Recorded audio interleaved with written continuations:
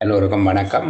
அபிவிருத்தி உத்தியோகத்தர் சேவை தரம் 2 மற்றும் அதிபர் சேவை தரம் 3 சார்ந்த அலுவலர்களுக்கான தாபன விதிக்கோவை மற்றும் செயல் ஒழுங்கு விதிகள் என்பவற்றை உள்ளடக்கிய வினாத்தாளுக்கான வழிகாட்டல் செயலமைப்பில் இன்னும் ஒரு செயலமைப்பில் இன்றை சந்திக்கிறோம்.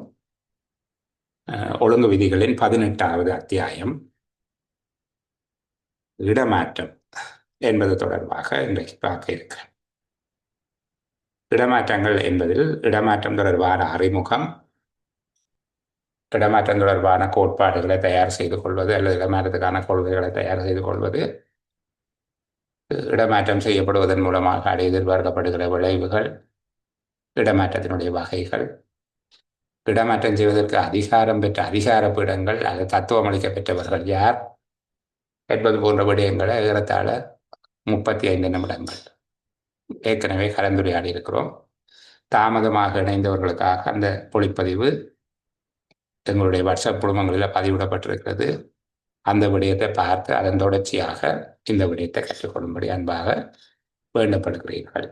இன்றைக்கு நாங்கள் இடமாற்றங்களில் முக்கியமாக இருக்கக்கூடிய வருடாந்த இடமாற்றம் என்பது தொடர்பாக பார்க்க இருக்கிறோம். இடமாற்றங்கள் 4 வகைப்படும் என்று பார்த்திருக்கிறோம். வருடாந்த இடமாற்றங்கள் தவிர சேவையின் தேவையின் பேரில் செய்யப்படுகிற இடமாற்றம் அல்லது சேவையின் தேவை கருதிய இடமாற்றங்கள், ஒழுக்காற்று காரணங்களின் மீது செய்யப்படுகிற இடமாற்றங்கள், அரசாங்க உத்தியோகத்தினுடைய வேண்டுகோளின் பேரில் செய்யப்படும் ஆண்டு இடமாற்றம் அல்லாத இடமாற்றங்கள் என்கிற 3 வகையான மேலதிகமான விடயங்களை பற்றி பேசினோம்.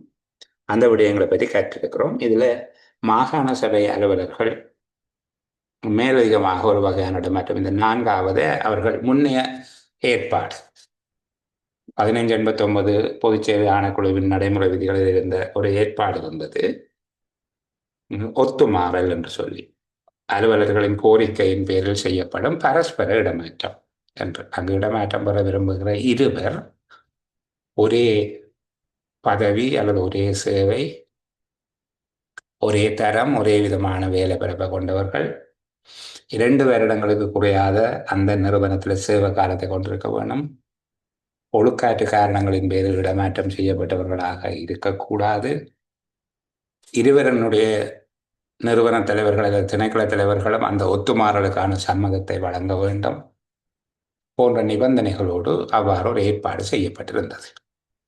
பரஸ்பர இடமாற்றம், மியூச்சுவல் டிரான்ஸ்ஃபர் என்று சொல்வது ஒத்துமாறல். இந்த ஒத்துமாறல் சில நிபந்தனைகளை கொண்டிருந்தது. அவர்கள் ஒரே சேவை, ஒரே தரம், ஒரே வகதி, ஒரே விதமான வேலையை செய்பவர்களாக இருக்க வேண்டும், குறைந்தது 2 வருடங்கள் அந்த சேவை நிலையத்தில் தங்களுடைய சேவையை நிறைவு செய்திருக்க வேண்டும், நிறுவன தலைவர்கள் அல்லது திணைக்கள தலைவர்கள் இருவருக்கும் சம்மதம் அளிக்க வேண்டும், ஒழுக்காற்று காரணங்களின் பேரில் இடமாற்றம் செய்யப்பட்டவர்களாக இருக்கக்கூடாது போன்ற நிபந்தனைகளோடு அது இருந்தது. இந்த பொதுச்சேவை ஆணைக்குழுவின் நடைமுறை விதிகள் தற்போது நடைமுறையில் இருக்கக்கூடிய 2022ஆம் ஆண்டு டிசம்பர் 14ஆம் ஆண்டு வெளியிடப்பட்ட பொதுச்சேவை ஆணைக்குழுவின் நடைமுறை விதிகளில் அந்த இடமாற்றத்துக்கு பதிலாக உத்தியோகத்தர் ஒருவர் விடுக்கின்ற வேண்டுகோளின் மீது மேற்கொள்ளப்படுகிற இடமாற்றம் என்பதாக அது மாற்றம் செய்யப்பட்டிருக்கிறது. ஆகவே அதனை நீங்கள் எழுத தேவையில்லை. என்ன ஒரு பாடத்திட்டம் பொதுச்சேவை ஆணைக்குழுவின் நடைமுறை விதிகள் தான், மாகாண பொதுச்சேவை ஆணைக்குழுவின் நடைமுறை விதிகள் அல்ல. இதில் இருக்கிற மாதிரி எழுதினா போதுமானது. ஏனைய 3 இடமாற்றங்களும் செய்யப்படக்கூடிய சந்தர்ப்பங்கள் இவை. அந்த இடமாற்றத்துக்கான வரைவிலக்கணமும் அவை செய்யப்படக்கூடிய சந்தர்ப்பங்கள் தொடர்பாக நாங்கள் பேசியிருக்கிறோம். இன்றைக்கு வருடாந்த இடமாற்றங்கள் என்பது தொடர்பாக பார்க்க போகிறோம். மிக முக்கியமான விடயம் இதுதான். வருடாந்த இடமாற்றம் என்பதனுள் அடக்காதது எது என்கிறது முதலாவது கேள்வி. சேவை நிலையத்தில் மாற்றம் இல்லாமல் அமைச்சு அல்லது திணைக்களம் அல்லது அரசாங்க நிறுவனம் ஒன்றில் செய்யப்படுகின்ற உள்ளக இணைப்பு வருடாந்த இடமாற்றம் என்ற பொருளில் கொள்ளப்பட மாட்டாது. அமைச்சுக்கு உள்ள அல்லது திணைக்களத்துக்குள்ள அல்லது அரசாங்க நிறுவனத்துக்குள்ள கட்டடம், அதாவது அந்த வளாகம் மாற இல்லை, நிறுவனம் மாற இல்லை, அவற்றை சர்வீஸ் ஸ்டேஷன் மாற்றம் இல்லை. அப்படி செய்யப்பட்டால் அது வருடாந்த இடமாற்றம் அல்ல, அது உள்ளக இணைப்பு. உள்ளக இடமாற்றம் என்ற வார்த்தையை கூட பயன்படுத்துவது இல்லை. இன்டர்னல் அட்டாச்மெண்ட் தான், இன்டர்னல் டிரான்ஸ்ஃபர் அல்ல. பல இடங்களில் இன்டர்னல் டிரான்ஸ்ஃபர் என்று பயன்படுத்துவோம். அப்படி அல்ல, அது உள்ளக இணைப்பு. அது அடங்காது. சில வேளைகளில் கேட்கலாம், வருடாந்த இடமாற்றம் என்பதனுள் அடங்காதது. சேவை நிலையத்தில் மாற்றம் இல்லாத அமைச்சு, திணைக்களம், நிறுவனம் ஒன்றில் செய்யப்படுகின்ற உள்ளக இணைப்பு வருடாந்த இடமாற்றம் என்ற பொருளில் கொள்ளப்பட மாட்டாது. வருடாந்த இடமாற்றம் தொடர்பாக நான் சில படிமுறைகளை உங்களுக்கு சொல்லுவேன். அதை குறித்து வைத்துக் கொண்டால் இந்த விடயத்தை விளங்கிக் கொள்வது இலகுவானதாக இருக்கும். உண்மையில இது கூட புரிதல் குறைபாடு உள்ள ஒரு பகுதி. பெரிய பெரிய நிறுவனங்கள், திணைக்களங்கள் கூட இது தொடர்பில் சரியாக சேவையாற்றாமல் மிக தவறாக சேவையாற்றி நீதிமன்றங்களில் வழக்குகளில் நிற்கிறது உண்டு. பல அலுவலர்களுக்கு அநீதி இழைக்கப்படுவது உண்டு. இப்போ நீங்கள் இந்த விடயம் தொடர்பில் ஒரு தெளிவான அறிவோடு இருக்க வேண்டும். ஸோ பரீட்சைக்கு படிக்கிறது என்பது சரி, அதை தாண்டி முதல்ல உங்களுக்கு ஒரு பிரச்சனை வரைகிற நேரத்திலாவது இது இப்படித்தானே செய்ய வேணும் என்கிற முறைமைகளை தெரிஞ்சிருக்க வேண்டும். இப்போ நாங்கள் இந்த வருடாந்த இடமாற்றம் பொதுவாக 10 படிமுறைகளை கலந்து மேற்கொள்ளப்படுது. 10 படிமுறைகளை கூடாக இது நிகழும். இன்றைக்கு அந்த 10 படிமுறைகளையும் பார்த்து நிறைவு செய்வதற்கு நான் விரும்புகிறேன். இயலாத போது நாளை அதை நாங்கள் பார்க்கலாம். முதலாவது, டிரான்ஸ்ஃபர் போர்ட் ஒன்று கிரியேட் பண்ணப்பட வேண்டும். டிரான்ஸ்ஃபர் போர்ட் ஒன்று அப்பாயிண்ட் பண்ணப்பட வேண்டும். வருடாந்த இடமாற்ற குழுக்கள் அமைக்கப்படலாம். இது முதலாவது வேலை. டிரான்ஸ்ஃபர் போர்ட் ஒன்று அப்பாயிண்ட் பண்ணுவாங்க. இது பொதுவாக செய்யப்பட வேண்டியது, நீங்கள் திகதியோடு எழுதி கொண்டு வந்தால் நல்லது. பொதுவாக செய்யப்பட வேண்டியது ஜூன் மாதம் 1ஆம் திகதிக்கு முன். ஒரு வருடத்தின் ஜூன் மாதம் 1ஆம் திகதிக்கு முன்னர் இடமாற்றங்களை செய்வதற்கான தத்துவங்கள் கையளிக்கப்பட்ட அதிகாரி, இடமாற்றம் செய்வதற்கு அதிகாரம் அளிக்கப்பட்ட அதிகாரி வருடாந்த இடமாற்ற குழுக்களை நிறுவிக்கொள்ள வேண்டும். இது முதலாவது. வருடாந்த இடமாற்ற குழுக்கள் நிறுவப்படுதல் எப்போது? ஜூன் 1ஆம் திகதி. நீங்கள் முன்னுக்கு திகதி எழுதுறதுக்கு இடம் வச்சு கொண்டு விடயத்தை எழுதி கொண்டு வந்தால் சரி, நான் திரும்ப திகதி சொல்லுவேன். அடுத்தது, வருடாந்த இடமாற்றங்களுக்கான விண்ணப்பங்களை கோருதல். டிரான்ஸ்ஃபர் அப்ளிகேஷன் கோல் பண்ண வரும். இது ஜூன் மாதம் 30ஆம் திகதிக்கு பிந்தாமல் செய்யப்பட வேண்டும். 2வது படிமுறை டிரான்ஸ்ஃபர் அப்ளிகேஷன் கோல் பண்ணுறது. வருடாந்த இடமாற்றங்களுக்கான விண்ணப்பங்களை கோருதல். டிரான்ஸ்ஃபர் போர்ட் கொண்டு உருவாக்கி டிரான்ஸ்ஃபர் போர்ட் கொஞ்சம் வேரியல் செய்து கொடுக்கும். அதுக்கு பிறகு ஜூன் மாதம் 30ஆம் தேதி வருடாந்த இடமாற்றங்களுக்கான விண்ணப்பங்களை கோருதல். 1 மாத அவகாசம் கொடுக்க வேண்டும். 3வது படிமுறை விண்ணப்பங்களை இறுதியாக கையேற்றல் அல்லது விண்ணப்பங்களின் இறுதியாக கையேற்கும் திகதி. இடமாற்ற விண்ணப்பங்கள் கையெழுப்பதற்கான இறுதி திகதி ஜூலை மாதம் 31ஆம் தேதி. ஜூன் மாத கடைசிக்குள்ள அப்ளிகேஷன் கோல் பண்ணணும். ஜூலை மாத கடைசிக்குள்ள அதை பெற்றுக்கொள்ள வேண்டும். அவ்வாறு பெற்றுக்கொள்ளப்பட்ட விண்ணப்பங்களை ஷெடியூல் பண்ணி நிரல்படுத்தி தத்துவங்கள் கையளிக்கப்பட்ட அதிகாரி, தத்துவங்கள் கையளிக்கப்பட்ட அதிகாரி என்பது இடமாற்றம் செய்வதற்கு அதிகாரம் உள்ள அலுவலர் அல்லது சபை. தத்துவங்கள் கையளிக்கப்பட்ட அதிகாரி விண்ணப்பங்களை நிரல்படுத்தி இடமாற்ற குழுவிடம் கையளித்தல். விண்ணப்பங்களை நிரல்படுத்தி இடமாற்ற குழுவுடன் கையளித்தல் ஆகஸ்ட் மாதம் 10ஆம் தேதிக்கு முதல் நடக்க வேண்டும். 4வது படிமுறை, ஆகஸ்ட் மாதம் 10ஆம் தேதிக்கு முன்னர் இடமாற்ற விண்ணப்பங்கள் தத்துவங்கள் கையளிக்கப்பட்ட அதிகாரியினால் இடமாற்ற குழுவுடன் கையளிக்கப்பட வேண்டும். இடமாற்ற குழு விண்ணப்பங்களை ஆராய்ந்து தன்னுடைய விதப்புரைகள் என்றால் ரெக்கமெண்டேஷன்ஸ், இடமாற்ற குழு தனது விதப்புரைகளை தத்துவங்கள் கையளிக்கப்பட்ட அதிகாரிக்கு வழங்குதல். அடுத்ததான் இடமாற்ற குழு அந்த இடமாற்ற விண்ணப்பங்களை பரிசீலனை செய்து தனது விதப்புரைகளை தத்துவங்கள் கையளிக்கப்பட்ட அதிகாரியிடம் கையளிப்பது ஆகஸ்ட் 31ஆம் தேதிக்கு முன்னர் நடக்கும். ஆகஸ்ட் 10 அவையிட்ட அப்ளிகேஷன்ஸ் கிடைக்கும். ஆகஸ்ட் 31 அவர்கள் தங்களுடைய விதப்புரைகளை தத்துவம் கையளிக்கப்பட்ட அதிகாரிக்கு கொடுக்கவும். இதை வைத்துக்கொண்டு தத்துவங்கள் கையளிக்கப்பட்ட அதிகாரி உத்தேச வருடாந்த இடமாற்றம் பற்றிய அறிவித்தல், டிரான்ஸ்ஃபர் நோட்டீஸ் என்று இதை சொல்றது. டிரான்ஸ்ஃபர் ஓர்டர் அல்ல, டிரான்ஸ்ஃபர் நோட்டீஸ், இடமாற்ற அறிவித்தல். ஒரு லிஸ்ட் ஒன்று வெளியிடுவேன். யார் யார் எங்க எங்க இடமாற்றம் செய்வதற்கு தீர்மானிக்கப்பட்டிருக்கிறது அல்லது உத்தேசிக்கப்பட்டிருக்கிறது என்கிற உத்தேச இடமாற்றம் பற்றிய அறிவித்தல் வெளியிடப்படுவது செப்டம்பர் 15. ஆகஸ்ட் 31 ரெக்கமெண்டேஷன்ஸ் கிடைக்கும். அதுக்கு பிறகு அவர் வேலையெல்லாம் செய்து செப்டம்பர் 15 நான் சொல்லுகிற திகதிக்கு பிந்தாமல் நடக்கும். முந்தலாம் பிந்தக்கூடாது.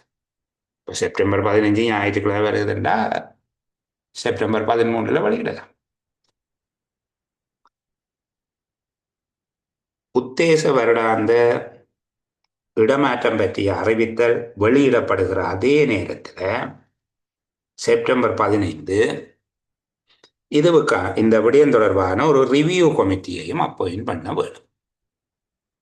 இந்த உத்தேச வருடாந்த இடமாற்றம் பற்றி உத்தியோகத்தர்கள் கோரிக்கைகளை முன்வைப்பார்கள். என்ன அப்படி செய்ய வேண்டாம், இப்படி செய்ய வேண்டாம், எனக்கு இந்த பிரச்சனை இருக்கு, நீங்க இப்படி போட்டுட்டீங்க, இது முறையாக இல்லை, அந்த டிரான்ஸ்ஃபர் பாலிசிக்கு ஏற்றதாக இல்லை, இந்த மாதிரியாக சொல்லுவார்கள். இது யாருக்கு சொல்றது என்றால் அந்த அதிகாரிக்கே சொல்றது. யார் இடமாற்றங்களை செய்வதற்கு தீர்மானித்தாரோ அவருக்கே சொல்லுகிறது. அப்படி சொல்றதுக்காக அந்த விஷயங்களை பார்த்து அது தொடர்பில் சிபாரிசுகளை செய்வதற்காக வருடாந்த இடமாற்ற முன்மொழிவின் மீளாய்வு குழு, மேலே சொல்லப்பட்டது வருடாந்த இடமாற்ற முன்மொழிவு, வருடாந்த இடமாற்ற அறிவித்தல், உத்தேச அறிவித்தல். அப்ப இதுவும் செப்டம்பர் மாதம் 15ஆம் தேதியே நிறுவப்பட வேண்டும். இது 7வது படிப்பு. சமகாலத்தில் 6வதும் 7வதும் ஒரே நேரத்தில் நடக்கும். உத்தேச வருடாந்த இடமாற்றம் பற்றி அறிவித்தலை வெளியிடுதலும் வருடாந்த இடமாற்ற முன்மொழிவு பற்றிய மீளாய்வு குழுவை நியமிப்பதும் நடக்கும். இதுக்கு பிறகு அது நான் 8வதாக சொல்ல இல்லை, ஒரு விடயமாக எடுத்துக்கொள்வோம்.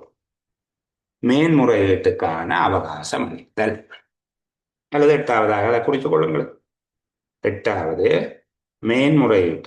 மேன்முறையீட்டுக்கு அல்ல, இதுல ஒரு தவறான வார்த்தை சொல்லிட்டேன். இங்கு மீளாய்வுக்கான, இது தொடர்பில் அப்பீல் அல்ல, அப்பீல் என்ற வார்த்தையை நாங்கள் சொல்லக்கூடாது. இடமாற்ற முன்மொழிவு தொடர்பான மீளாய்வு விண்ணப்பங்கள், இது தொடர்பில் உங்களுடைய கோரிக்கைகளை சமர்ப்பித்தல். இடமாற்ற முன்மொழிவு தொடர்பிலான கோரிக்கைகளை சமர்ப்பித்தல், இது 14 நாட்களுக்குள்ள செய்யப்படும். இதுக்கு கொடுக்குற காலப்பகுதி 14 நாட்கள், சாட்டர்டே சண்டே பப்ளிக் ஹாலிடே எல்லாம் சேர்த்து. இப்போ செப்டம்பர் 15 டிரான்ஸ்ஃபர் நோட்டீஸ் வரும். அதை தொடர்ந்து நீங்கள் ஒரு ரிவ்யூ அப்ளிகேஷன், ஒரு மீளாய்வு விண்ணப்பம் ஒன்றை சமர்ப்பிக்க முடியும். அதில் மீளாய்வு கோரிக்கை, ஒரு ரிக்வெஸ்ட் ஒன்றை கொடுக்கலாம். 14 நாளைக்குள்ள கொடுக்க வேண்டும். இப்போ செப்டம்பர் 15 14 நாள் முடிய கிட்டத்தட்ட அக்டோபர் முடிச்சிடும். செப்டம்பர் 15 தானே லிஸ்ட் வந்தது. நீங்கள் கொடுக்கறதுக்கு 14 நாள் விடுமுறை நாட்கள், வார இறுதி நாட்கள் உள்ளடங்கலாக 14 நாள் அதுக்குள்ள கொடுக்க வேண்டும். யாருக்கு கொடுக்கிறது? தத்துவங்கள் கையளிக்கப்பட்ட அதிகாரிக்கு தான் கொடுக்கும். இது தொடர்பாக ஆராய்ந்து இவ்வாறு கையளிக்கப்பட்ட கோரிக்கைகள் தொடர்பாக ஆராய்ந்து 15 நாள் கழிச்சு, அக்டோபர் 15, அவைக்கு ஒரு 15 நாள் வேணும்.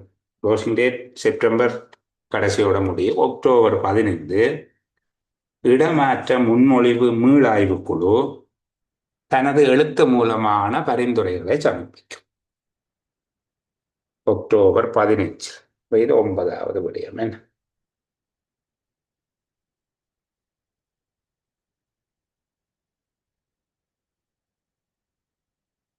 அக்டோபர் 15 இடமாற்ற முன்மொழிவு மீளாய்வு குழு தனது எழுத்து மூலமான விதப்புரைகளை கொடுக்கும்.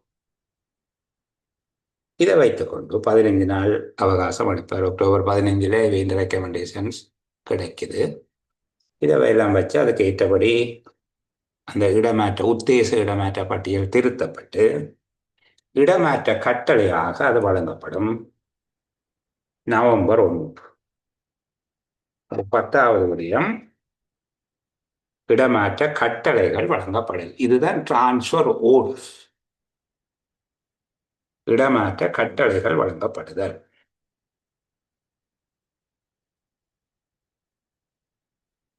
இப்போ 11வது இந்த டிரான்ஸ்பர் ஓர்டர் வந்ததுக்கு பிறகு மேன்முறையீட்டுக்கு அவகாசம் அளித்தல். இங்கதான் அப்பீல் என்கிறது வரும். இந்த அப்பீல் என்கிற வார்த்தை செய்தவருக்கு இல்லை என்று பார்த்துக்கொள்வோம். அந்த விடயத்தை யார் செய்தாரோ அவருக்கு சமர்ப்பிக்கப்படுவது இல்லை. அவருக்கு மேலே இருக்கிறவருக்கு கொடுக்கிறது தான் அப்பீல். அவருக்கு கொடுக்கறதுக்கு பேர் ஒரு ரிவ்யூ ரிக்வெஸ்ட், மீளாய்வு செய்வதற்கான கோரிக்கை. அது முதல் கொடுத்தது. இப்ப டிரான்ஸ்பர் ஓர்டர் வந்துட்டு இடமாற்ற கட்டளைகள் கிடைச்சிட்டு இப்போ மேன்முறையீடு செய்யப்படுது. மேன்முறையீட்டுக்கான சந்தர்ப்பம் அளிக்கப்படுது. இதுதான் அப்பீல். இது இவருக்கு மேலே இருக்கிற தத்துவங்கள் கையளிக்கப்பட்ட அதிகாரிக்கு தத்துவங்களை கொடுத்தது யாரு? பொதுச்சேவை ஆணைக்குழு. இப்போ எஜுகேஷன் சர்வீஸ் கமிட்டி டிரான்ஸ்ஃபர் பண்ணி இருக்குது என்றால் எஜுகேஷன் சர்வீஸ் கமிட்டிக்கு அதிகாரத்தை கொடுத்தது பப்ளிக் சர்வீஸ் கமிஷன் அல்லது கம்பைன் சர்வீஸ் என்றால் இணைந்த சேவைகள் பணிப்பாளர் நாயகம் இடமாற்றம் செய்திருக்கிறார் என்றால் அவருக்கு தத்துவங்களை கொடுத்தது பொதுச்சேவை ஆணைக்குழு. இப்போது பொதுச்சேவை ஆணைக்குழுவுக்கு தான் மேன்முறையீடு செய்ய வேண்டும். இதுக்கும் 14 நாள் தான் அவகாசம்.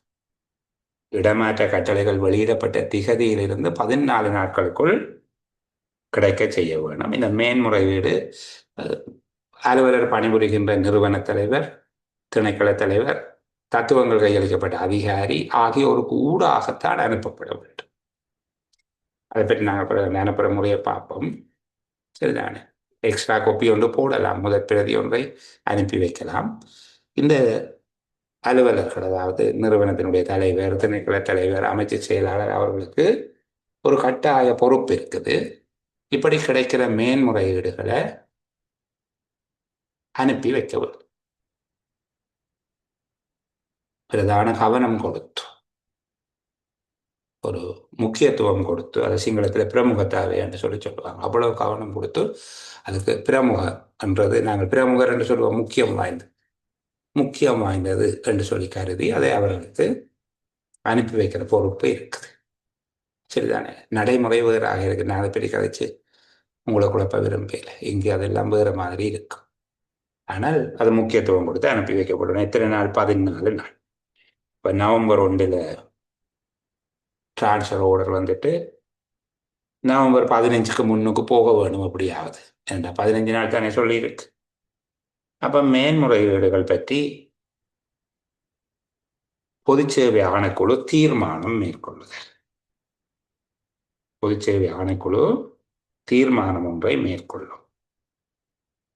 அது அடுத்த நடவடிக்கையாக இருக்கும். பொதுச்சேவை ஆணைக்குழுவினுடைய தீர்மானம் அடுத்த 15 நாட்களுக்குள்ள வர வேணும். இப்போ நவம்பர் 15க்கும் நவம்பர் 30க்கும் இடையில அவர்கள் தங்களுடைய தீர்மானத்தை அறிவிப்பார்கள்.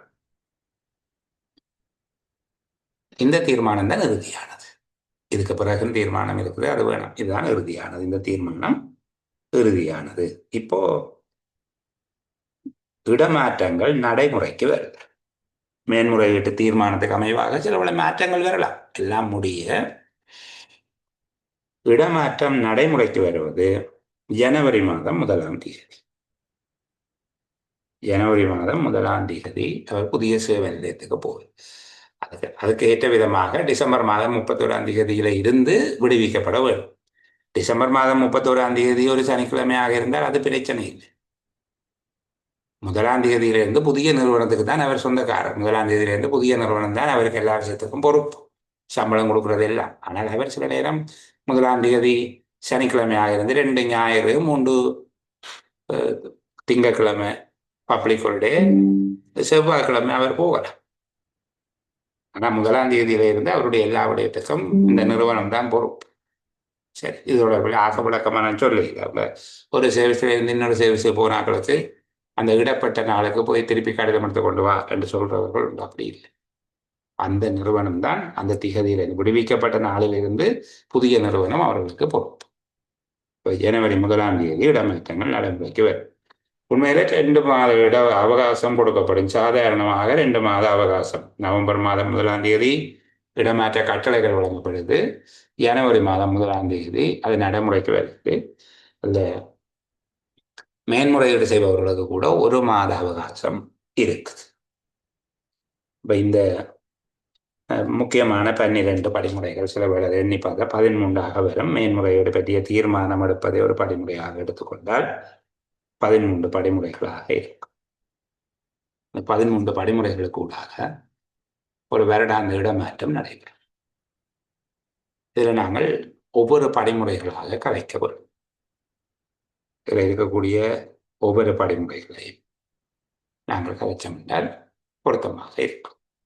அப்போ முதலாவது விடயம் வருடாந்த இடமாற்ற குழுக்கள் நிறுவப்படுதல். இப்போ பெரிய கடைக்குள்ள போகிறது 13ல் முக்கியமானவை ஒரு 10 விடயங்களை நாங்கள் அழுத்தமாக பார்க்க வேண்டி இருக்கும்.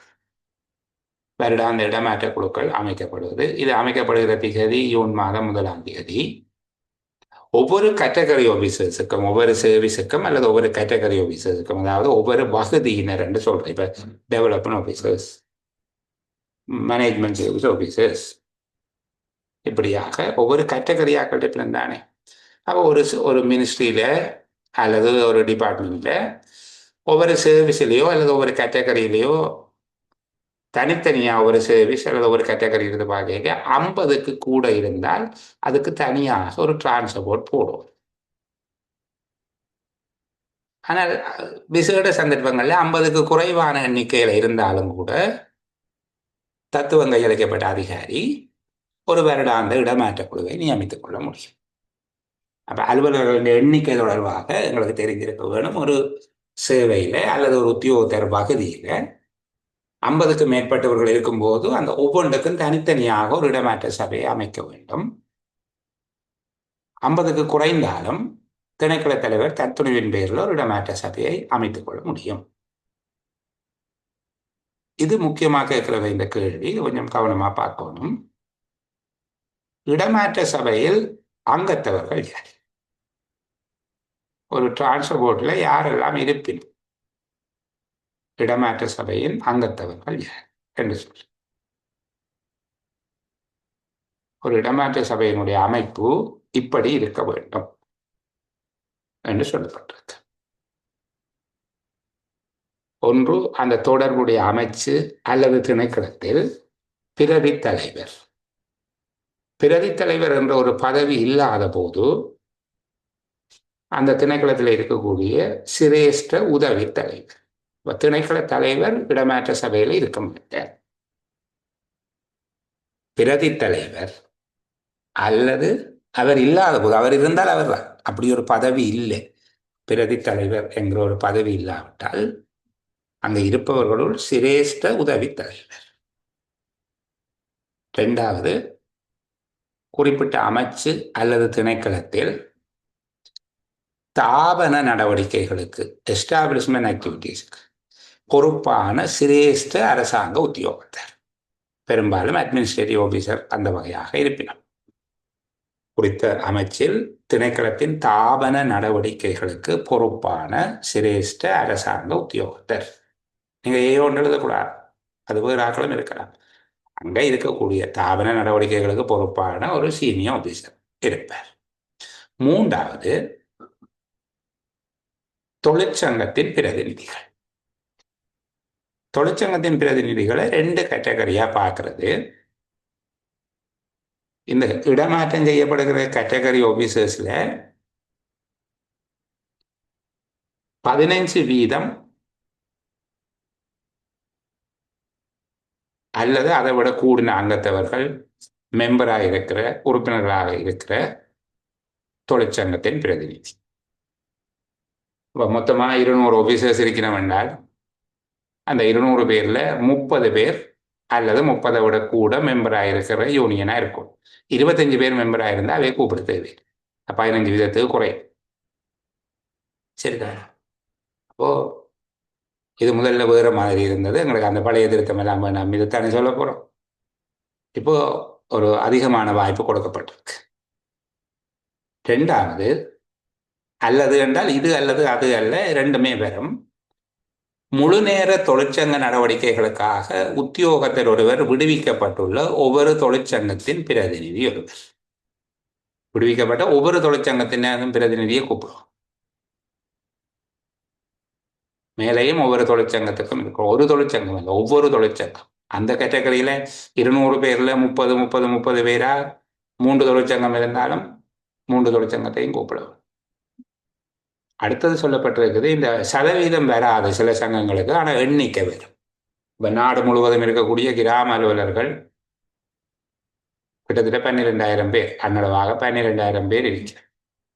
இப்போ இந்த 12,000 பேர்ல 1000 பேர் இருந்தால் அல்லது 1200 பேர் இருந்தால் 1500 பேர் இருந்தாலும் அவர்களுக்கு மெம்பர்ஷிப் பெறாது, மேலே சொன்னதன்படி பார்த்தேன்.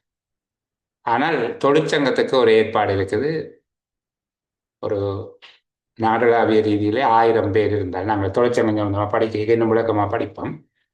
நாடளாவிய ரீதியிலே 1000 ஆபீசர்ஸ் இருந்தால் தொழிற்சங்கத்தின் வேலை செய்வதற்கு ஒரு ஆபீசரை சம்பளத்தோட அரசாங்கம் முடிவிக்கும். அவர் அரசாங்க வேலைக்கு வரமாட்டார், அரசாங்கம் சம்பளம் கொடுக்க வேணும், அவர் அந்த லேபர் யூனியன் வைக்க பார்ப்பார்.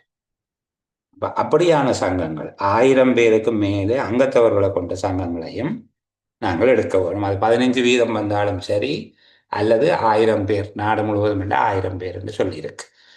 அல்லது ஒரு ஒரு மாவட்டம் அல்லது ஒரு குறிப்பிட்ட பிரதேசமாக இருந்தால் 1500 பேர் இருக்கணும். நாடு முழுக்க வேலை கூட தானே பெற வருடங்களை. அப்போ 1000 பேர். நாங்கள் இந்த 1000 1500 அங்கே படிப்போம். அப்படி இருந்தால் விடுவிக்கலாம் ஒரு ஆபீசரை, அந்த வேலை யூனியன் வேலை செய்கிறதுக்காக முழு நேரமாக விடுவிக்கிறது. முழு நேரமாக தொழிற்சங்க நடவடிக்கைக்கு ஒரு உத்தியோகத்தர் விடுவிக்கப்பட்ட தொழிற்சங்கத்தின் ஒவ்வொரு தொழிற்சங்கத்தினதும் பிரதிநிதி.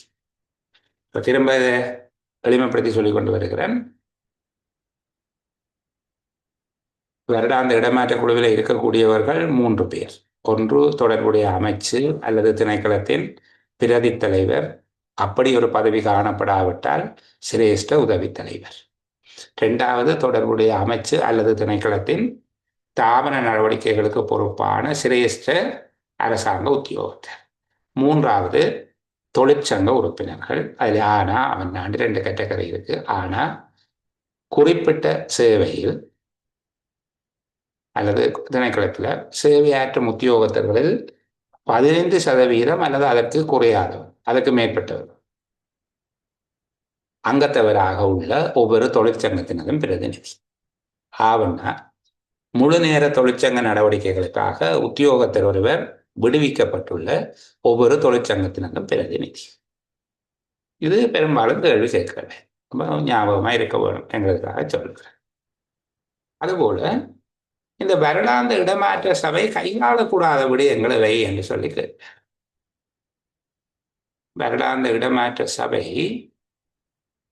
கையாளக்கூடாத விடயங்களை வை என்று சொல்லி, நிலைய இடமாற்றத்தை சம்பந்தப்படுத்தாத உள்ளக இணைப்பு, இன்டர்னல் அட்டாச்மெண்ட்ல நீங்க சொல்ற இன்டர்னல் டிரான்ஸ்ஃபர்ல இவை தலையிடையலாம். சரி, வருடாந்த இடமாற்ற சபையின் விடய பரப்புக்கு உட்படாதவைகள். அந்த ஆனுவல் டிரான்ஸ்ஃபர் போர்டு என்னென்ன வேலை செய்யக்கூடாது? அரசாங்க நிறுவனம் ஒன்றில் நிலைய மாற்றத்தை சம்பந்தப்படுத்தாத உள்ளக இணைப்பு செய்யக்கூடாது. இரண்டாவது, ஒரு ஒழுக்காற்று கட்டளையின் மீது அல்லது ஒழுக்காற்று தேவைப்பாடுகளுக்காக செய்யப்படுகிற இடமாற்றங்கள், அது இவை என்ற பரப்புகளை வராது, இவை அதில் தலையிடக்கூடாது. மூன்றாவது, சேவையின் தேவைப்பாடுகளின் பேரில் செய்யப்படும் இடமாற்றம். இந்த மூன்றாவது விஷயம் தெரியாம திணைக்களங்கள் நீதிமன்றத்தில் போய் நிற்கிறது இருக்குது. சேவையின் தேவை கருதிய இடமாற்றத்தை ஒரு சபை செய்து இது முறையாக செய்யப்படவில்லை என்று அது சம்பந்தமாக வழக்கு இருக்கு. இப்போ எங்களுக்கு தெரிஞ்சிருக்க வேணும், சேவையின் தேவை கருதிய இடமாற்றம் என்பது தத்துவம் கையளிக்கப்பட்ட அதிகாரி செய்வதை தவிர இடமாற்ற சபை செய்வது அல்ல. நான்காவது, அரசாங்க உத்தியோகத்தர்களின் வேண்டுகோளின் மீது செய்யப்படும் வருடாந்த இடமாற்றம் அல்லாத இடமாற்றம். அது வருடாந்த இடமாற்றம் அல்ல, அது தவிர்ந்த இடமாற்றம்.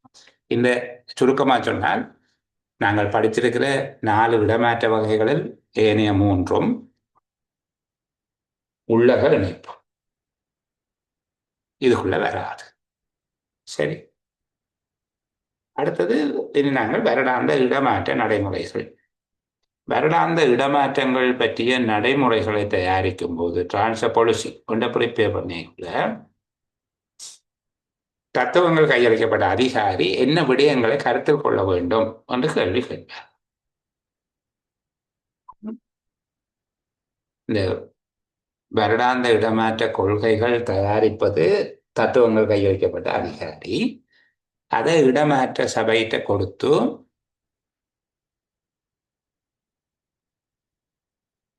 அவர்களுடைய இணக்கம் மற்றும் ஏற்பு, அந்த இடமாற்ற கொள்கைகள் போன்றவை தயாரித்து தத்துவங்கள் கையளிக்கப்பட்ட அதிகாரி ஆணைக்குழுவிட்ட இருந்த அனுமதி எடுத்துக்கொண்டு, பொதுச்சேவை ஆணைக்குழுவின் அனுமதி எடுத்துக்கொண்டு அதே வருடாந்த இடமாற்ற சபையிடம் கொடுப்பார் அவர்களுடைய பிரயோகத்துக்காக. அவர்கள் இடமாற்ற நிபந்தனைகள் அல்லது இடமாற்ற நடைமுறைகள் என்னென்று தெரிஞ்சால் தானே இடமாற்ற விண்ணப்பங்களை அதற்கேற்றபடி செய்யலாம். அப்போ வருடாந்த இடமாற்ற கொள்கை யார் தயாரிக்க வேணும்? தத்துவங்கள் கையளிக்கப்பட்ட அதிகாரி, பதவிக்குரிய சேவை பிரமாண குறிப்பு, ஆட்சேர்ப்பு திட்டங்கள், அவற்றில் குறிப்பிடப்பட்ட நிபந்தனைகள் என்பவற்றை கருத்தில் கொண்டு வருடாந்த இடமாற்ற கொள்கை அல்லது நடைமுறையை தயாரித்து ஆணைக்குழுவினுடைய அங்கீகாரத்துக்காக கொடுப்பார். அதை தயாரிக்கும் போது தத்துவங்கள் கையளிக்கப்பட்ட அதிகாரி கருத்தில் கொள்ள வேண்டிய விடயங்கள் எவை என்று கேட்போம். சாதாரணமாக அந்த கெடிங்க சொல்லுகிற நேரத்தில் நீங்கள் சொல்ல வேணும், தத்துவங்கள் கையளிக்கப்பட்ட அதிகாரி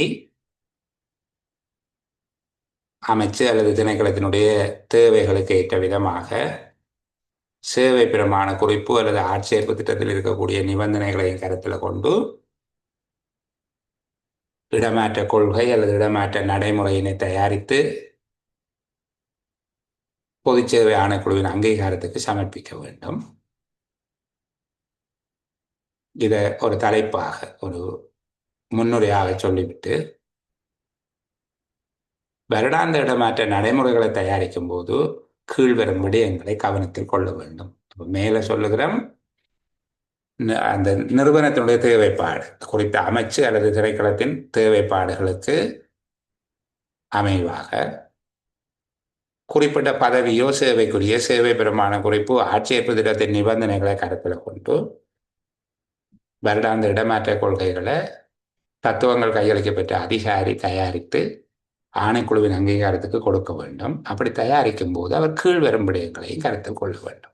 இப்போ கேட்டால் அந்த நான் மேலே சொன்ன முன்னுரையையும் சொல்லி கீழே வருகிறது எழுதினால்தான் நல்லது, சிறப்பான புள்ளியை பெற்றுக்கொள்ள முடியும்.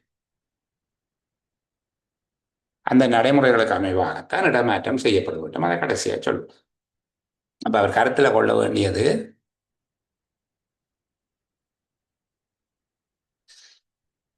சேவை நிலையங்களின் வகைப்பாடு. சேவை நிலையங்களுடைய வகைப்பாடு என்பது விருப்பமற்ற, விருப்பத்துக்குரிய, மிக விருப்பத்துக்குரிய என்பதாக சேவை நிலையங்களை வகைப்படுத்தி கொள்ள வேண்டும். எப்படி அவர் வகைப்படுத்தி கொள்ளலாம் என்றால், அதின் இட அமைவு, புவியியல் இட அமைவு, அந்த இடங்களில் வேலை செய்வதற்கு கிடைக்கின்ற நிதி சார்ந்த நன்மைகள், ஏனைய நன்மைகள், சிறப்புரிமைகள், கிடைக்கின்ற இடமாற்ற கோரிக்கைகளின் எண்ணிக்கை, இந்த எண்ணிக்கையை வச்சு தீர்மானிக்கலாம். மிக விருப்பத்துக்குரியது, விருப்பத்துக்குரியது, விருப்பமற்றது. ஒரு தடவை அப்ளிகேஷன் போட இல்லைன்னா அந்த அலுவலகம் விருப்பமற்றது. மிக விருப்பத்துக்குரியதுண்டா எல்லாரும் அதுக்கு தான் அப்ளிகேஷனை போடுறாங்க. விருப்பத்துக்குரியதுண்டா கணிசமான சதவீத விண்ணப்பங்கள் கிடைச்சிருக்குது. அப்போ கிடைக்கிற விண்ணப்பங்களுடைய எண்ணிக்கை, மற்ற வசதி எல்லாத்தையும் பார்த்து இதை முதல் பார்க்கணும். சேவை நிலையத்தின் விருப்பமற்ற, விருப்பத்துக்குரிய, மிக விருப்பத்துக்குரிய என்ற வகையிலான வகைப்படுத்தலை பார்க்கணும் இடமாற்ற கொள்கையை தயாரிக்கிற போது. இது கொஞ்சம் விளக்கமாக சொல்வதாக இருந்தால், ஒரு அலுவலர் தன்னுடைய சேவை காலத்தில் இந்த மூன்றுக்கும் இடையில அவருடைய சேவையை பங்கிடக்கூடியதாக இருக்கணும்.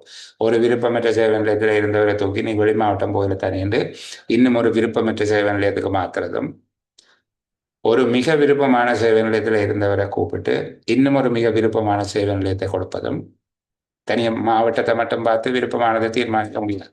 கிளிநொச்சி நகரத்தில் பணியாற்றிய ஒருவரை யாழ்ப்பாண நகரத்துக்கு இடமாற்றம் செய்வது என்பது, புங்குடுதீவில் வேலை பணியாற்றிய ஒருவரை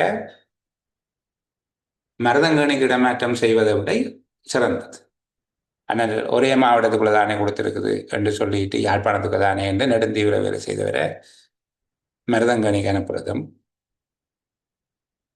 யாழ்ப்பாண நகரத்தில் வேலை செய்வதை கிளிநொச்சிக்கு அனுப்புவதும் உண்டல்ல. ஆனால் அவரை வெளி மாவட்டத்துக்கு தானே போட்டது, அது கஷ்டம் என்றல்ல. இப்போ இங்கே பார்க்க வேண்டியது இந்த சேவை நிலையங்களினுடைய விருப்பமற்ற தன்மை, விருப்பத்துக்குரிய தன்மை மற்றும் மிக விருப்பத்துக்குரியது. இது விளக்கத்துக்காக சொன்னேன். சரி, இப்போ நீங்கள் பார்த்துக்கொள்ள வேணும் இந்த கணிப்பீட்டில் உள்ளடங்க வேண்டிய விடயங்களை மேலே சொன்ன முகவுரையை திருப்பி சொல்லி நேரம் கிடைத்தையில். அடுத்தது சேவை நிலையத்தின் விருப்பத்துக்குரிய, மிக விருப்பத்துக்குரிய, விருப்பமற்ற, விருப்பத்துக்குரிய மற்றும் மிக விருப்பம் உள்ள சேவை நிலையங்கள் என்ற வகைப்பாட்டை பார்க்க கவனத்தில் கொள்ள வேண்டிய விடயம். இரண்டாவது, இடமாற்றத்துக்கு விண்ணப்பிப்பதற்கு தகமை பெறுகிற காலம். எவ்வளவு காலம் சேவை செய்தால் இடமாற்றத்துக்கு விண்ணப்பிக்கலாம். ஒரு சேவை நிலையத்தில் சேவையாற்ற வேண்டிய ஆக குறைந்த காலப்பகுதி அந்த கொள்கையில் இருக்கவும். ஒருவர் ஒரு அலுவலகத்தில் ஆக குறைந்தது எவ்வளவு காலம் வேலை செய்தால் அப்ளிகேஷன் அனுப்பலாம். மூன்றாவது, ஆக கூடிய காலப்பகுதி. ஒருவருக்கு ஒரு அலுவலகத்தில் சேவையாற்றுவதற்கு இடமளிக்கக்கூடிய உச்ச காலப்பகுதி, அதையும் பார்க்கணும். 7 வருஷம் இருந்தால் கட்டாயம் மாத்துறது தான். 3 வருஷம் இருந்தால் அப்ளிகேஷன் போடலாம். இந்த மாதிரி இருக்கும். வருடாந்த இடமாற்றத்துக்கு விண்ணப்பிப்பதற்கு அடிப்படையாக அமைந்த விடயங்கள் என்னென்ன விடயங்களுடைய அடிப்படையில் அவர் விண்ணப்பிக்கிறது, அந்த கிரைட்டீரியா போடும். அடுத்தது, பரந்த துறைகளில் அரசாங்க உத்தியோகத்தர் ஒருவருக்கு பரந்த துறைகளில் தன்னுடைய அறிவையும் தேர்ச்சியையும் மேம்படுத்துவதற்கு சந்தர்ப்பம் வழங்க வேண்டும். ஒரே செக்ஷனுக்குள்ளே வச்சிருக்காம அவர் வேறு வேறு டிபார்ட்மெண்ட்டுக்கு போட அவருக்கு ஒவ்வொரு துறைகளில் அறிவு, அனுபவம் வரும். அதுக்கு வாய்ப்பு கொடுக்கும். அடுத்தது, மிக முக்கியமாக புவியியல் ரீதியாக ஒரே பிரதேசத்தில் அமைந்துள்ள சேவை நிலையங்களுக்கு இடையில் இடமாற்றங்களை பெற்றுக்கொண்டு தொடர்ச்சியாக ஒரே பிரதேசத்தில் சேவையாற்ற உத்தியோகத்தர்கள் எடுக்கும் முயற்சிகளை தடுக்கக்கூடியதாகவும் இருக்கிறது. யாழ்ப்பாண தாக்கலை வழங்கக்கூடிய சொல்றேன்டா, யாழ்ப்பாணம் பிரதேச செயலகம், நல்லூர் பிரதேச செயலகம், யாழ்ப்பாண மாவட்ட செயலகம், இப்படி அதுக்குள்ளே சுற்றி சுற்றி ஓடி தெரிகிறது. இதை தடுக்கக்கூடியதாக அந்த டிரான்ஸ்ஃபர் பாலிசி இருக்க வேண்டும்.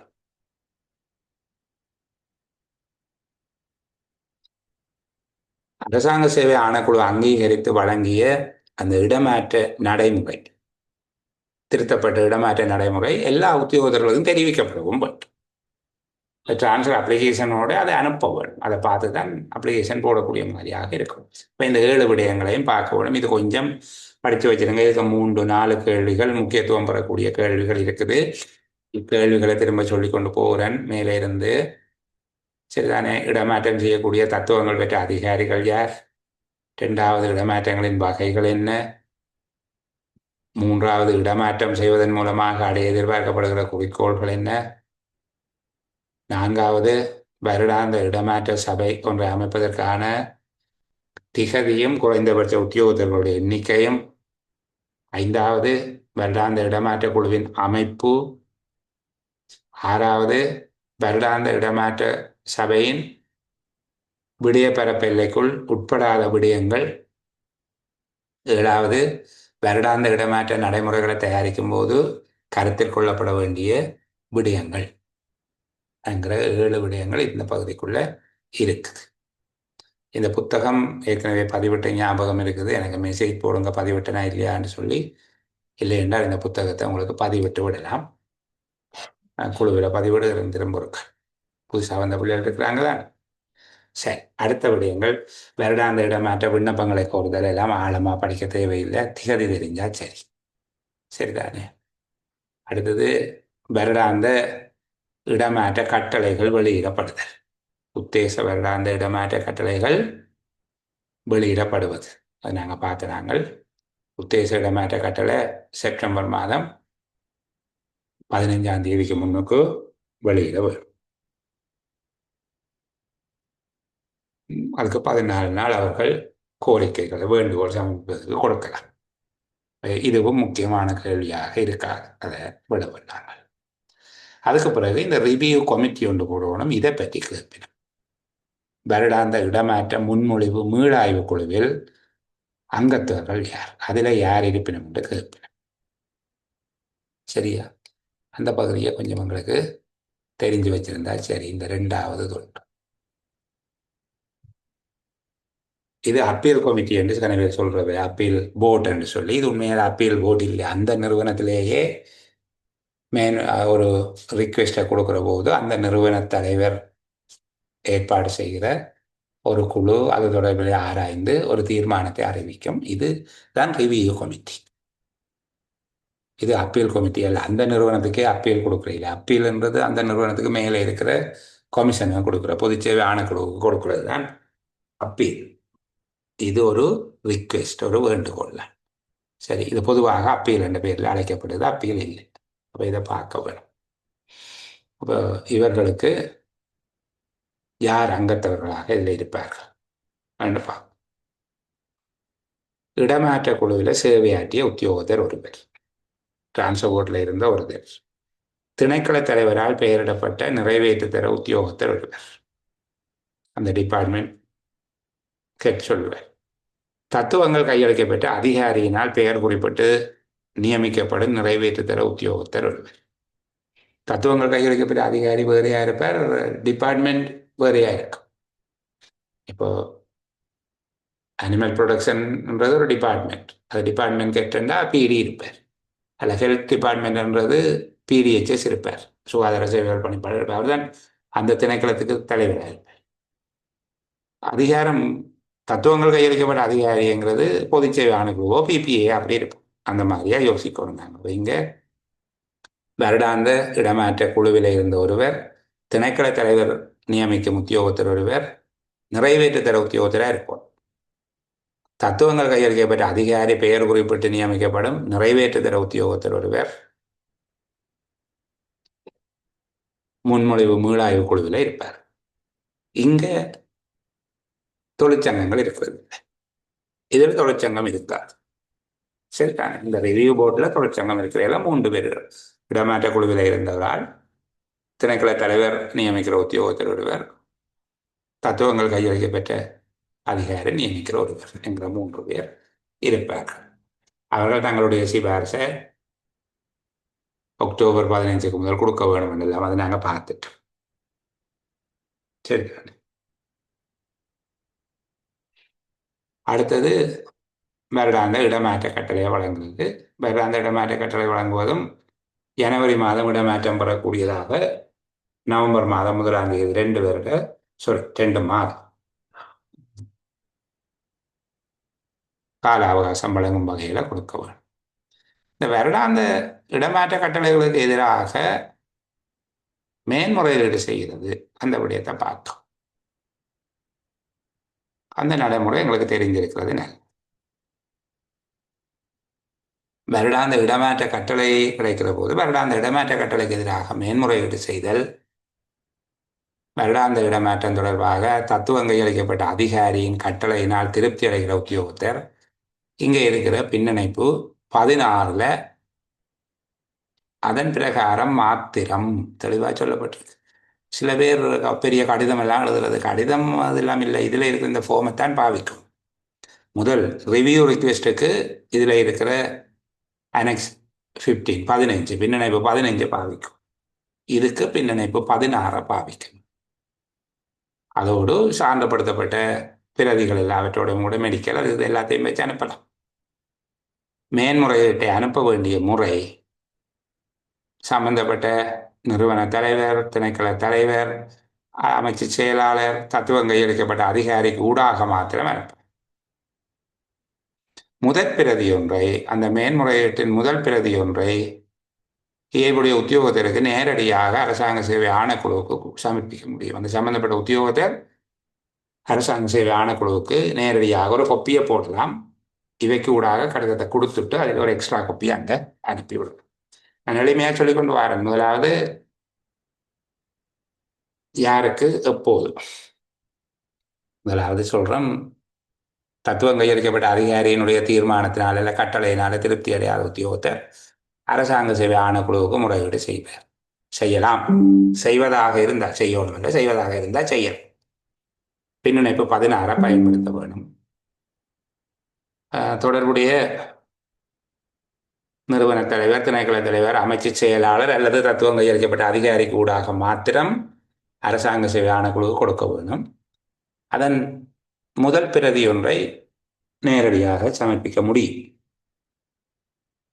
இது இடமாற்ற கட்டளை கிடைத்து 14 நாட்களுக்குள், வேறு நாட்கள் விடுமுறை நாட்கள் எல்லாம் உள்ளடங்கலாக 14 நாட்களுக்குள்ள சமர்ப்பிக்க வேண்டும். அந்த காலப்பகுதிக்குள்ளே சமர்ப்பிக்காத மேன்முறையீடு அரசாங்க சேவை ஆணைக்குழுவால் நிராகரிக்கப்படும். அரசாங்க சேவை ஆணைக்குழுவுக்கு சமர்ப்பிக்கப்பட்ட மேன்முறையீட்டினை உரிய காலப்பகுதியில் அனுப்பி வைக்கிறது. அதுக்கு பிறகு 17 பின்னிணைப்பு ஒன்று இருக்குது, அதையும் போட்டு நவம்பர் 15ஆம் தேதிக்கு முதல் ஆணைக்குழுவுக்கு கிடைக்கும் வகையில் அனுப்பி வைக்க வேண்டும். 15 நாட்களுக்குள்ள ஆணைக்குழு இது தொடர்பான தீர்மானத்தை எடுக்கும்.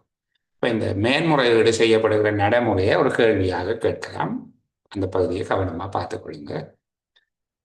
ஏற்கனவே பதிவிடப்பட்ட காணொலிகளில் பொதுச்சேவை ஆணைக்குழுவின் நடைமுறை விதிகள், எதிர்பார்க்க வினாக்கள் என்று சொல்லி ஒரு காணொலி இருக்குது. கவனமாக அந்த விடயத்தை பார்த்துக்கொள்ளுங்க. பெரிய அளவில் கேள்விகள், நிறைய சிலபஸ் போடப்பட்டாலும் ஓரளவு கடந்த கால அனுபவத்தின் அடிப்படையில் நாங்கள் எல்லா பாடத்திட்டங்களையும் கலந்துரையாடுவது இல்லை. ஓரளவுக்கு உத்தேசிக்கப்படுகிற பகுதிகளுக்குள்ளே தான் கலந்துரையாடுவோம். வரையறுக்கப்பட்ட காலப்பகுதிக்குள்ள அந்த பெரிய சிலபஸ் படிக்க இயலாது. அது படிக்கிறதுக்கு கிட்டத்தட்ட 2 வருஷம் வேணும், முழுமையாக படிக்கிறதாக இருந்தால். இப்போ நாங்கள் ஓரளவுக்கு உத்தேச அடிப்படையில், கடந்த கால அனுபவத்தின் அடிப்படையிலையும் தெரிவு செய்யப்பட்ட இடங்களை முன்னுரிமை கொடுத்து பார்ப்போம். ஆர்வமுடையவர்கள் என்னையவற்றை வாசிக்கலாம் நேரம் கிடைத்தால்.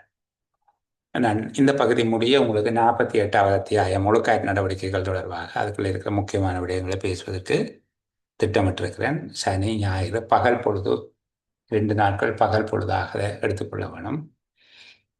பொருத்தமான ஒரு 3 மணித்தியாலங்கள் 6 மணித்தியாலங்கள் தேவைப்படும். நாங்கள் பார்க்கலாம். 47 48 அத்தியாயங்களில் அதிக கேள்விகள் எதிர்பார்க்கப்படுது. அந்த கட்டமைக்கப்பட்ட வினாக்கள் அதுக்குள்ளே அதிகமாக இருக்குது. சரி, நாங்கள் அடுத்த பகுதிக்குள்ளே போவோம். அடுத்தது இடமாற்ற கட்டளைகளை செயற்படுத்துதல். இது தொடர்பில் அதிகம் கேள்விகள் வாரையில். இடமாற்ற கட்டளையை பெற்ற உத்தியோகத்தரை உரிய காலப்பகுதியில் வழங்க போய் கடமையை பொறுப்பேற்கக்கூடிய மாதிரியாக முன்னைய சேவை நிலையத்தில் இருக்கிற அந்த நிறுவனத்தினுடைய தலைவர் விடுவிக்க வேணும். அவருக்குரிய பதிலாள் வேறு மட்டும் காத்திருக்க கூடாது. அப்படி காத்திருக்கிறது அவருக்கு எதிராக ஒழுக்காற்று நடவடிக்கை எடுக்கக்கூடிய ஒரு தவறு என்று சொல்லப்படுது. ஆனால் நடைமுறையை பற்றி எனக்கு தெரியாத, நான் அப்படி இருக்க வேணும். எல்லாரும் பதிலாள் வந்தால் போலதான் விடுவேன் என்றால் இடம் மாற்றமே நடக்காது. எல்லாரும் விட்டால் உடனடியாக ரிலீஸ் பண்ணி விட்டுட்டா பிரச்சனை முடியுது. அதுக்காக மேன்முறையீடு செய்த ஒருவருக்கு பதில் வார வரைக்கும் அவரை வச்சிருக்கணும், அவருக்கு ரிலீஸ் பண்ணி விடக்கூடாது.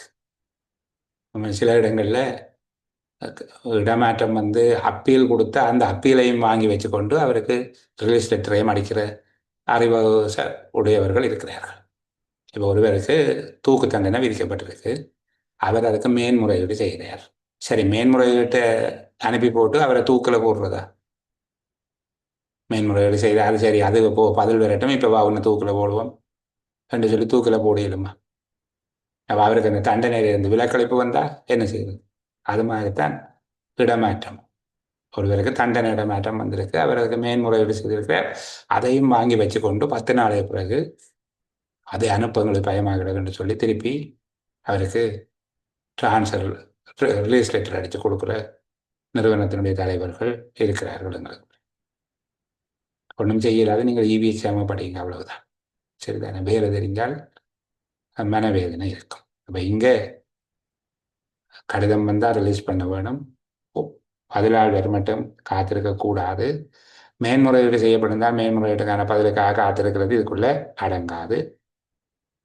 இடமாற்றம் செய்யப்பட்ட ஒரு உத்தியோகத்தர் தொடர்பாக குறித்த காலப்பகுதிக்குள்ள 2 வார காலப்பகுதிக்குள்ள அவருடைய டாக்குமெண்ட் எல்லாத்தையும் அனுப்பணும். அதுக்கும் ஒரு நடைமுறை ஒன்று இருக்குது. இப்போது அவர்களுக்கு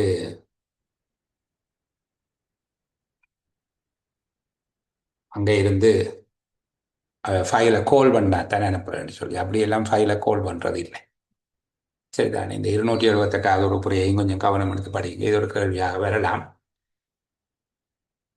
இடமாற்றங்களை தொடர்ந்து மேற்கொள்ளப்பட வேண்டிய நடவடிக்கைகள். இடமாற்றம் பெற்று சென்ற உத்தியோகத்தர் ஒருவருடைய இடமாற்றத்தை தொடர்ந்து மேற்கொள்ள வேண்டிய நடவடிக்கை என்ன? இடமாற்றம் பெற்று சென்ற திகதியிலிருந்து 2 வாரங்கள் நிறைவடைவதற்கு முன்னர் அவர் தொடர்பான கீழ்வரும் ஆவணங்களை உள்ளடக்கிய அவருடைய சுயவிவர கோவை, பெயர்வழி கோவை, அல்லது கீழ்வரும் ஆவணங்கள்னு சொல்லி போட்டு அதில் ஒன்றா பெயர்வழி கோவையை சொல்லலாம். ஆனால் எல்லாமே அதுக்குள்ள இருக்கும், மேலதிகமாக சிலது இருக்கும். சரி, புதிய சேவை நிலையத்துக்கு அனுப்பி வைக்க வேணும். முன்னே சேவை நிலையத்தினுடைய தலைவர் புதிய சேவை நிலையத்தினுடைய தலைவருக்கு அனுப்பி வைக்க வேணும். ஒன்று, அப்டேட் பண்ண ஹிஸ்டரி சீட்டோட பர்சனல் ஃபைல், இட்டைப்படுத்தப்பட்ட வரலாற்று தாளுடன் இட்டைப்படுத்தப்பட்ட பெயர் வழி கோப்பு, அப்டேட் பண்ண ஹிஸ்டரி சீட், பர்சனல் ஃபைல். அடுத்தது அவற்றை இன்க்ரிமெண்ட் டேட்ல இருந்து இந்த டிரான்ஸ்ஃபர் டேட் மட்டும் ஒரு பீரியட் இருக்கும். அதுக்கு இப்போ உமன்ஸ் அப்ரைசல் இங்கே ஒரு துண்டு அங்கே ஒரு துண்டு செய்கிற வழக்கம் இருக்குது. ஆனால் இங்கே சொல்லப்பட்டிருக்கு அந்த காலப்பகுதி வரையில் அவர் கடமையாற்றியதை வைத்துக்கொண்டு அவருக்கு வேதனை ஏற்றங்களை வழங்குவது தொடர்பில் இவருடைய சிபார்சு இருக்க வேண்டும். அண்ட் அடுத்த இன்க்ரிமெண்ட் அவர் அங்கே தான் எடுக்க போகிறார். இப்போ 7ஆம் மாதம் 1ஆம் தேதி அப்பாயின்மெண்ட் டேட் என்றால் இன்க்ரிமெண்ட் டேட் அப்படித்தானே வரும். அப்போ இவர் டிசம்பர் மாதம் 31ஆம் தேதியோட போகிறார் என்றால் 7ஆம் மாதம் 1ஆம் தேதியிலிருந்து டிசம்பர் 31 வரையில் அந்த காலப்பகுதிக்கு சம்பள ஏற்றத்தை கொடுப்பனவு செய்வதற்கான இவருடைய சிபார்சு எழுத்தில் அதில் இருக்க வேண்டும். சரி, அந்த காலப்பகுதிக்கு அறகுறையோடு செயலாற்றுக மதிப்பீடு செய்தாலும் பரவாயில்லை. ஆனால் செயலாற்றுக மதிப்பீடுன்றது ஒரு ஆண்டுக்கு அவருடைய நியமன தேதியிலிருந்து அடுத்த நியமன இன்க்ரிமெண்ட் டேட்ல இருந்து அடுத்த இன்க்ரிமெண்ட் டேட்டுக்கு முதல் நாள் வரைக்கும் இருக்க வேண்டும். அப்படித்தானே செய்கிறது. சில இடங்களில் டிரான்ஸ்ஃபர் இருந்தால் இங்கேயும் ஒரு 6 மாதத்தை செய்து அங்கேயும் 6 மாதத்தை செய்கிறது இருக்குது. ஆனால் இங்கே சொல்லப்பட்டிருக்குது உத்தியோகத்தருடைய அடுத்த சம்பள ஏற்றத்தை கொடுப்பனவு செய்வதற்கு அவற்றை கடைசி சம்பள ஏற்ற திகதியிலிருந்து இடமாற்ற திகதி வரையான காலப்பகுதி முன்னைய திணைக்கள தலைவருடைய சிபார்சு, எடுத்தலான சிபார்சு. மற்ற செயலாற்றுகை மதிப்பீட்டு அறிக்கை என்றது பழைய பெர்ஃபார்மன்ஸ் அப்ரைசல் எல்லாம் அது ஃபைலில் இருக்கும். ஆனால் தனியாக சொல்லியிருக்கு. லீவு விவரங்கள், அவர் நியமன காலப்பகுதியில் இருந்து பெற்றுக்கொண்ட ஓய்வு விடுமுறைகள் அல்லது சுவையின விடுமுறைகள், அரை சம்பள விடுமுறைகள், சம்பளமற்ற விடுமுறைகள், இந்த ஆண்டில் எடுத்த எல்லா லீவும் இந்த ஆண்டுக்குரிய கேஷுவல் கொடுத்தா சரி. பழைய கேஷுவல் தேவையில்லை, அது பயன்படுத்துகிற தானே.